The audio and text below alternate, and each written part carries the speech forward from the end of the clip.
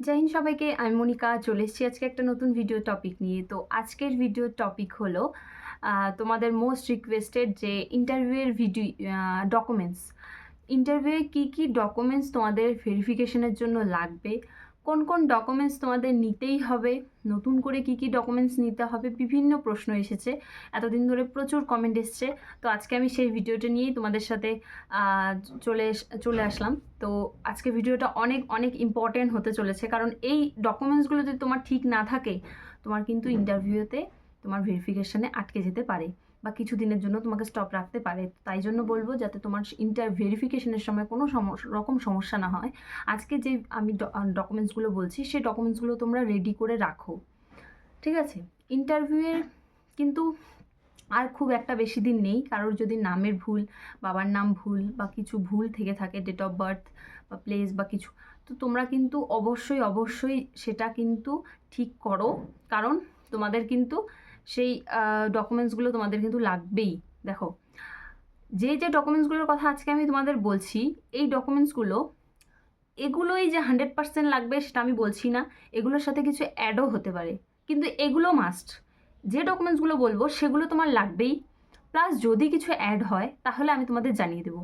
কারণ এখনও পর্যন্ত ইন্টারভিউয়ে কল লেটার তোমাদের এখনও পর্যন্ত প্রকাশ হয়নি, তোমাদের এখনও পর্যন্ত পিএমটি পিইটি শেষ হয়নি, সেজন্য এখনও পর্যন্ত আমি 100% বলতে পারছি না। তবে যেগুলো ডকুমেন্টস তোমাদের দিচ্ছি সেগুলো তোমরা অবশ্যই রেডি করে রাখো, এগুলো লাগবেই, ঠিক আছে? তো আজকে ভিডিওটা অনেকটা ইম্পর্টেন্ট হতে চলেছে, তোমরা শেষ পর্যন্ত দেখো, না হলে কিন্তু পরে সমস্যায় পড়তে পারো। তো সবার প্রথমে বলবো কল লেটার। তোমাদের ইন্টারভিউ কল লেটার বেরোবে, সেখানে কিন্তু তোমাদের মনে হয় কল লেটার যখন তোমরা ডাউনলোড করবে, যেমন পিএমটি পিইটির অ্যাডমিট ডাউনলোড করেছিলে, তখন সেই সময়টাতে তোমাদের কিন্তু কিছু ডকুমেন্টস ডাউনলোড করতে হয়েছিল।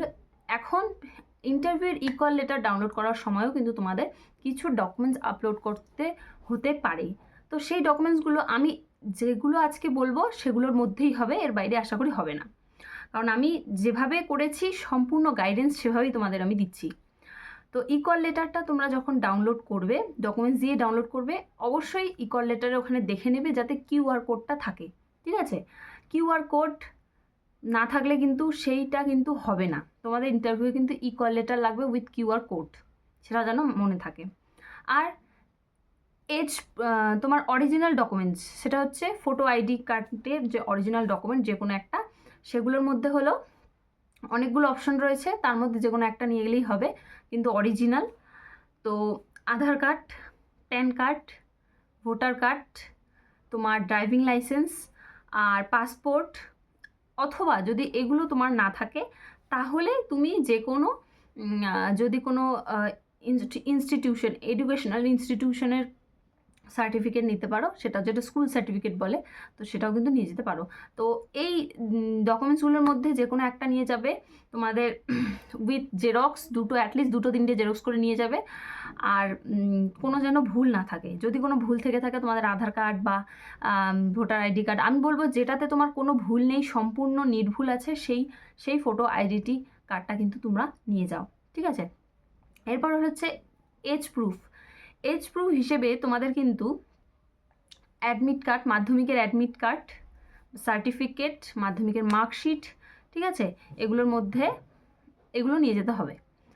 তো কাস্ট সার্টিফিকেটের ক্ষেত্রে বলবো যাদের হচ্ছে ওবিসি তারা কিন্তু অবশ্যই রিনিউয়াল করে নিয়ে যাবে, ডিজিটাল হলে ভালো হয়, যাদের আদার্স আর কি। এখন কিন্তু ডিজিটাল পাওয়াই যাচ্ছে, তুমি কিন্তু ডিজিটাল এখন আশা করব তোমাদের এসসি বা ওবিসি বা তোমাদের এসটি সার্টিফিকেট হচ্ছে তোমাদের রেডি আছে, কারণ তোমরা পিএমটি পিইটি করে এসছো, সেখানে লেগেছিল, তো সেক্ষেত্রে আশা করি কোনো সমস্যা হবে না। আর রিনিউয়াল কিন্তু অবশ্যই লাগবে।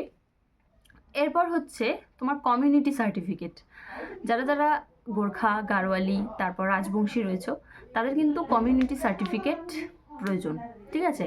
তো কমিউনিটি সার্টিফিকেট বলতে তোমরা কনফিউজ হও যে কী সার্টিফিকেট, সেটা হচ্ছে এসসি, তোমাদের যে কাস্ট সার্টিফিকেট সেটাই কিন্তু তোমাদের কমিউনিটি সার্টিফিকেট, সেখানে কিন্তু লেখা থাকে তুমি SC ST, sorry, Gorkha, Garhwali নাকি রাজবংশী।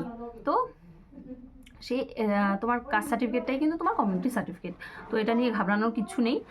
আর হচ্ছে তোমার যারা যারা হোমগার্ড এবং এনভিএফ রয়েছো, মানে হোমগার্ড এনভিএফ হিসেবে যারা অ্যাপ্লাই করেছো, যারা যারা অ্যাপ্লাই করোনি তারা কিন্তু না, ঠিক আছে? যারা হোমগার্ড হিসেবে অ্যাপ্লাই করেছিলে, যারা এনভিএফ হিসেবে অ্যাপ্লাই করেছিলে, অ্যাপ্লাই করার সময় তোমাদের কিন্তু এনরোলমেন্ট সার্টিফিকেট লাগবে, ঠিক আছে? তোমাদের অথরিটি থেকে তোমরা এনরোলমেন্ট সার্টিফিকেটটা নিয়ে নেবে। আর যারা সিভিক ভলেন্টিয়ার্স রয়েছো, মানে সিভিক ভলেন্টিয়ার্স হিসেবে অ্যাপ্লাই করেছো, তোমাদের কিন্তু ওয়েবসাইটে একটা স্পেসিফিক ফরম্যাট দেওয়া আছে, সেই ফরম্যাট অনুযায়ী কিন্তু তোমাদের এনরোলমেন্ট সার্টিফিকেট রেডি করে নিয়ে যেতে হবে। Am I clear? যদি কোনো সমস্যা হয় বলবে। এরপর হচ্ছে ডোমিসিয়াল সার্টিফিকেট। ডোমিসিয়াল সার্টিফিকেটটা কারা নিয়ে যাবে? ডোমিসিয়াল সার্টিফিকেট হলো তোমাদের হিল সাবডিভিশনে যারা আছে না, যেমন কালিম্পং, দার্জিলিং ডিস্ট্রিক্টের যারা রয়েছো, তাদের ক্ষেত্রে এই ডোমিসিয়াল সার্টিফিকেটটা কিন্তু নিয়ে যেতে হবে। এবার অনেকে জিজ্ঞেস করছে যে দিদি আমার দার্জিলিং ডিস্ট্রিক্টে বাড়ি, কিন্তু আমার হিল সাবডিভিশনের মধ্যে পড়ে না। অনেকে আছে শিলিগুড়ির এদিকটাতে বাড়ি, কিন্তু শিলিগুড়ির অর্ধেকটা কিন্তু দার্জিলিং ডিস্ট্রিক্টের মধ্যে পড়ে, তো ওই দিকটা অনেকটা প্লেন্স, তো প্লেন্সের জন্য কি লাগবে? আমি বলবো যে তোমরা নিয়ে রাখো, নিয়ে যাও। কারণ তোমরা দার্জিলিং, যেহেতু ওখানে বলে দিয়েছে স্পেসিফিক যে দার্জিলিং কালিম্পং ডিস্ট্রিক্টের জন্য লাগবে, তো সেটার জন্য তোমরা রেডি করে নিয়ে যাও।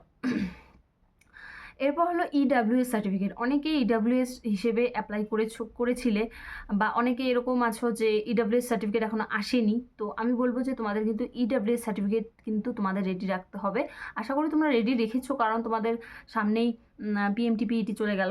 তো যাই হোক, তো ইডাব্লিউএস সার্টিফিকেটটা তোমার লাগবে। আর যারা তোমার অন্য ডিপার্টমেন্টে কাজ করো, অন্য গভর্নমেন্ট ডিপার্টমেন্টে কাজ করো, আইসিডিএস ওয়ার্কার হতে পারো, হেল্পার হতে পারো, বা অন্যান্য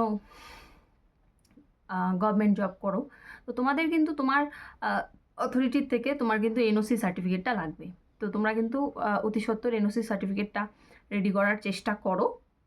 এরপর হলো সেলফ অ্যাটেস্টেড ফটো কপিস। তো তোমার কিন্তু self attested photo copies at least, আমি বলবো অ্যাটলিস্ট 3-4টার মতন, তো 4-5টা তো নিয়ে যাও। বেশি নিয়ে গেলে ক্ষতি নেই, কম নিয়ে গেলেই সমস্যা।